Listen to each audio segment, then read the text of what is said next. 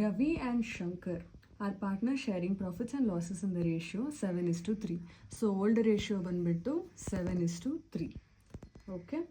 Next. They admitted Shiva into partnership. Ravi surrenders 1/2 of his share and Shankar 1/4 of his share in favor of Shiva. So ಇಲ್ಲಿ ಇಬ್ಬರು ಕೂಡ contribute ಮಾಡ್ತಾ ಇದ್ದಾರೆ.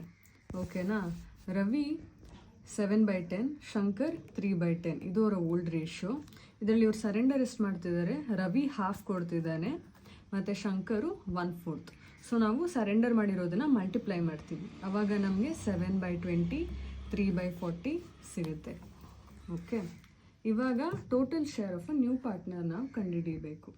Calculate new profit sharing ratio of Ravi, Shankar and Shiva. So total share 7/20 plus 3/40.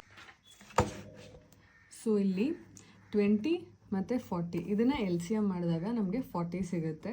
So 20 2s are 40, 40 1s are 40, 7 2s are 14 plus 3 1s are 3, 17/40 ಸಿಗುತ್ತೆ. ಇದು share of new partner. ಇವಾಗ new share of Ravi and ಶಂಕರ್ನ ನಾವು ಕಂಡುಹಿಡಿಬೇಕು. ರವಿ ಆ್ಯಂಡ್ ಶಂಕರ್ದು old ಶೇರ್ನ first ಹಾಕ್ಕೊಳ್ಳಿ.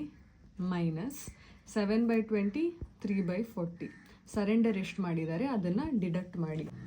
Old ಶೇರಿಂದ ಸರೆಂಡರ್ ಮಾಡಿರೋದನ್ನು ಡಿಡಕ್ಟ್ ಮಾಡಿದ್ರೆ ನಮಗೆ ನ್ಯೂ ಶೇರ್ ಸಿಗುತ್ತೆ. ಸೊ 7/10 ಮೈನಸ್ 7/20 ನಮಗೆ 7/20ನೇ ಸಿಗುತ್ತೆ. ಶಂಕರ್ಗೆ 12/40 ಮೈನಸ್ 3/40 ಆ ಥರ ಮಾಡಿದಾಗ 9/40 ಸಿಗುತ್ತೆ. So new profit sharing ratio ಬಂದುಬಿಟ್ಟು 7/20, 9/40, 17/40. ಇಲ್ಲಿ ಡಿಫ್ರೆಂಟ್ ಡಿನಾಮಿನೇಟರ್ಸ್ ಇದೆ. ಮತ್ತು ಎಲ್ ಸಿ ಎಮ್ ತಗೊಳ್ಳಿ, ನಿಮಗೆ 40 ಸಿಗುತ್ತೆ ಎಲ್ ಸಿ ಎಮ್ಮು. ಸೊ 40 ಸಿಕ್ಕಾಗ 20ನ 2 ಟೈಮ್ಸ್ ಮಲ್ಟಿಪ್ಲೈ ಮಾಡ್ತೀವಿ. ಆವಾಗ 7 2s are 14 ಆಗುತ್ತೆ.